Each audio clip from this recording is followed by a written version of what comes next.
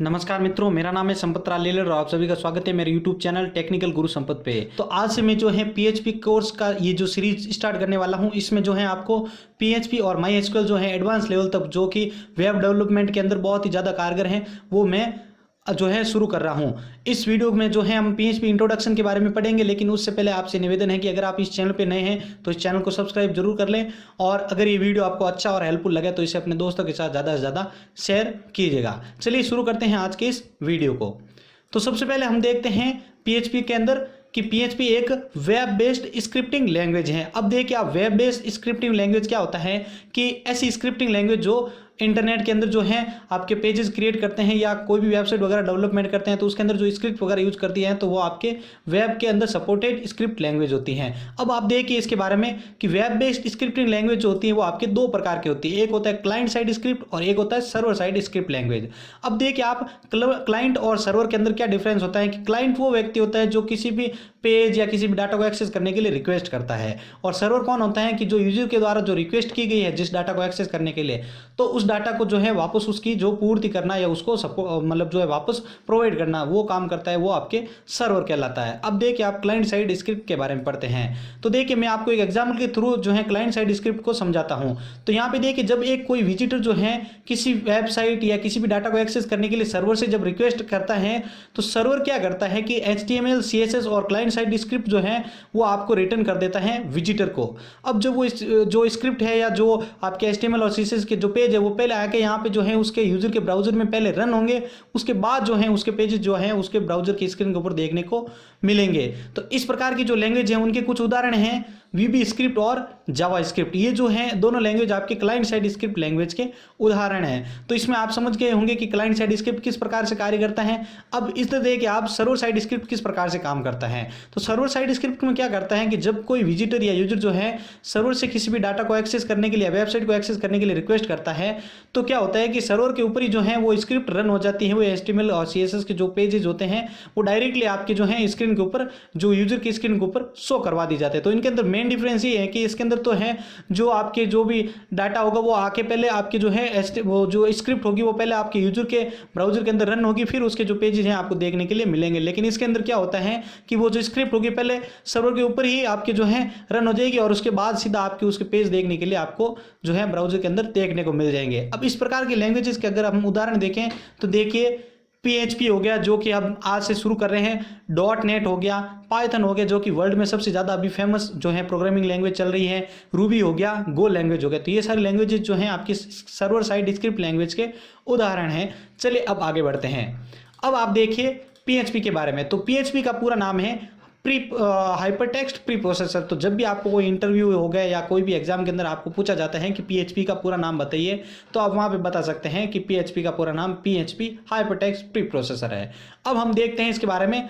तो PHP के बारे में जो है हम कुछ जनरल जो है हमें इंफॉर्मेशन होना जरूरी है, तब जो कि हमें कहीं पर आगे बताने के लिए जरूरत पड़ जाए। तो देखिए PHP के बारे में देखते हैं। तो PHP is a popular general purpose scripting language that is specially suited to web development. यानी एक PHP जो लैंग्वेज है वो आपकी स्क्रिप्ट लैंग्वेज है जो कि स्पेशली किसके लिए बनाई गई है, वेब डेवलपमेंट के लिए, वेबसाइट डेवलपमेंट के लिए। It was originally created by Danish Canadian programmer Rasmus Lerdorf in 1994। ये जो है आपके लैंग्वेज है ये किसके द्वारा बनाई गई थी, एक डेनिश कैनेडियन प्रोग्रामर था जिसका नाम था रेसमस लेड्रॉफ, और ये बनी कब थी आपके 1994 के अंदर। The PHP reference implementation is now produced by the PHP group. ये जो है आपके इसके अंदर जो नए इंप्लीमेंटेशन किए गए थे, नए जो आपके आइडियाज क्रिएट किए गए थे वो आपके थे PHP ग्रुप के द्वारा। अब आपकी देखिए इसके साइड में जो है आपको एक पिक्चर शो हो रही होगी जो कि आपके PHP के इन्वेंटर हैं, आविष्कारक हैं, जिनका नाम है रेसमस लेड्रॉफ। तो इसके बारे में आपको जो है ध्यान होना जरूरी है। चलिए अब आगे बढ़ते हैं। अब हम जानते हैं PHP के यूजेज, यानी PHP का सबसे ज़्यादा स्पेशली यूज कहाँ पे होता है। तो इसके अंदर जो सबसे ज़्यादा जो है बेसिकली दो यूजेज आपको देखने को मिलते हैं। पहला है आपकी create dynamic website with database, यानी डायनेमिक वेबसाइट को यूज करना, क्रिएट करना, वो भी डाटाबेस की मदद से। दूसरा इसका बनता है create web base application software application जो कि इंटरनेट के ऊपर काम कर सके, ऐसे सॉफ्टवेयर बनाने हैं हमें, तो वो भी हैं जो हम PHP की मदद से बना सकते हैं। अब हम देखिए यहाँ पर इस फर्स्ट पॉइंट के ऊपर वापस आते हैं, यहाँ पर रिटर्न होते हैं कि डायनेमिक वेबसाइट्स का क्या मतलब होता है। तो इससे पहले मैं जो है आपको कुछ इसके अंदर जो है वेबसाइट से रिलेटेड कुछ फैक्ट्स बताता हूँ कि वेबसाइट्स जो होती हैं आपकी दो प्रकार की होती है, एक होता है स्टैटिक वेबसाइट्स और एक होता है डायनेमिक वेबसाइट्स। तो अगर इन दोनों को आप समझ लेंगे तो आप समझ जाएंगे कि डायनेमिक वेबसाइट्स क्या होता है।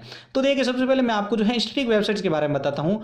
तो स्टैटिक वेबसाइट्स HTML और CSS के अंदर बनाई जाती हैं। अब HTML का पूरा नाम अगर आपको कहीं पर पूछा जाता तो उसका पूरा नाम है हाइपर टेक्स्ट मार्कअप लैंग्वेज, जो कि बेसिक जो इंटरनेट के पेजेस वगैरह है वो डेवलप करने के लिए काम में आती है, डिजाइन करने के लिए काम आती है। एक होती है आपकी CSS जो कि पेज वगैरह आपने क्रिएट किया तो उसके अंदर एक नई जान डाल देता है CSS, यानी बहुत अच्छे तरीके से जो है आप इंटरनेट के पेजेस को डिजाइन कर सकते हैं। CSS का पूरा नाम है कैस्केडिंग स्टाइल शीट। तो अब देखिए जो इन दोनों लैंग्वेज का यूज करके जो है आप स्टैटिक लैंग्वेज के लिए वेबसाइट के लिए बना सकते हैं। जब भी हमें कुछ बदलाव करना हो तो इसमें हमें बार बार HTML कोड को ओपन करना होगा। इसका कहने का ये मीन्स है कि स्टैटिक प्रकार की जो वेबसाइट्स होती हैं उसके अंदर आपको कभी भी बनाने के बाद अगर आपको उसमें कुछ चेंजेस करने हो, लाइक उसके अंदर पेजेज ऐड करने हो या कोई पेज रिमूव करना है या उसके अंदर कोई नई सेटिंग्स ऐड करनी हो, तो उसके लिए आपको जो है बार बार उस पेज वेबसाइट के लिए जो है उस वेबसाइट की जो है कोडिंग को ओपन करना पड़ेगा, HTML कोड को ओपन करना पड़ेगा। लेकिन डायनेमिक वेबसाइट्स के अंदर क्या होता है कि डायनेमिक वेबसाइट में जब भी हमें कुछ बदलाव करना हो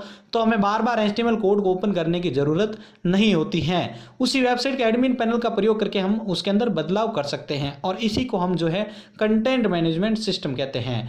अब मैं आपको बताता हूं इसको नॉर्मल वे में कि डायनेमिक वेबसाइट इस प्रकार की वेबसाइट होती हैं कि जिसके अंदर आपको कुछ चेंजेस करने हैं, लाइक उसके अंदर नया पेज ऐड करना है, कोई नया जो है आपके अंदर ग्रुप ऐड करना है या उसके अंदर कुछ भी मान लीजिए आपको चेंजेस करना है, तो बार बार जो है आपको उस वेबसाइट के कोडिंग को ओपन करने की जरूरत नहीं रहेगी। आपको सिर्फ जो है उसी वेबसाइट के अंदर एक एडमिन पैनल बना दिया जाता है जहां से आप लॉग इन करके उसके अंदर जो है चेंजेस कर सकते हैं, उसके अंदर जो है बदलाव कर सकते हैं। और इसी मेथड को जो हम है वर्ल्ड के अंदर सबसे ज़्यादा जो चर्चा में रहा है टॉपिक उसको बोलते हैं हम कंटेंट मैनेजमेंट सिस्टम। वो यही होता है कि कंटेंट मैनेजमेंट सिस्टम के अंदर क्या होता है कि किसी भी वेबसाइट के आपके जो है बिना कोडिंग के ओपन किए उसके अंदर जो है एडमिन पैनल का जो है यूज करके हम उसके अंदर चेंजेस कर सकते हैं। तो इस मेथड को हम जो है कंटेंट मैनेजमेंट सिस्टम कहते हैं, जिसको हम शॉर्ट में CMS के नाम से भी जानते हैं। और इसका एग्जांपल देखें तो सबसे ज़्यादा वर्ल्ड में पॉपुलर है ये wordpress.com, जिसका यूज़ करके आप वेबसाइट्स डेवलपमेंट करते हैं। तो ये दोनों आपको समझ में आ गए हैं? अगर नहीं समझ में आए तो फिर भी आप जो है कमेंट बॉक्स में अपनी राय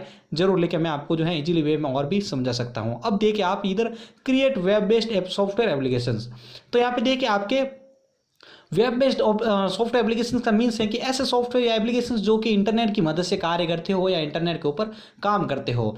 तो ये जो है इसकी कुछ एग्जांपल आप नीचे देख सकते हो कि ऑनलाइन अकाउंटिंग के सॉफ्टवेयर हो गए, ई-कॉमर्स से रिलेटेड सॉफ्टवेयर हो गए, जैसे आपने फ्लिपकार्ट्स के ऊपर जो या फ्लिपकार्ट्स का एप्लीकेशन ही देखा होगा या आपके ऑनलाइन एग्जामिनेशन सिस्टम देखा होगा आपने। तो ये सारे जो इंटरनेट की मदद से काम करते हैं, ऑफलाइन काम नहीं करते। तो इस प्रकार के सॉफ्टवेयर है जो आप भी बना सकते हैं। हम भी जो है इस कंप्लीट इस सीरीज को कंप्लीट करने के बाद जो हम कुछ प्रोजेक्ट बनाएंगे, जैसे ऑनलाइन सिस्टम हो गया, ऑनलाइन एग्जामिनेशन सिस्टम हो गया, स्कूल मैनेजमेंट सिस्टम हो गया, कॉलेज मैनेजमेंट सिस्टम हो गया, तो उस प्रकार के जो सॉफ्टवेयर है हम बनाएंगे।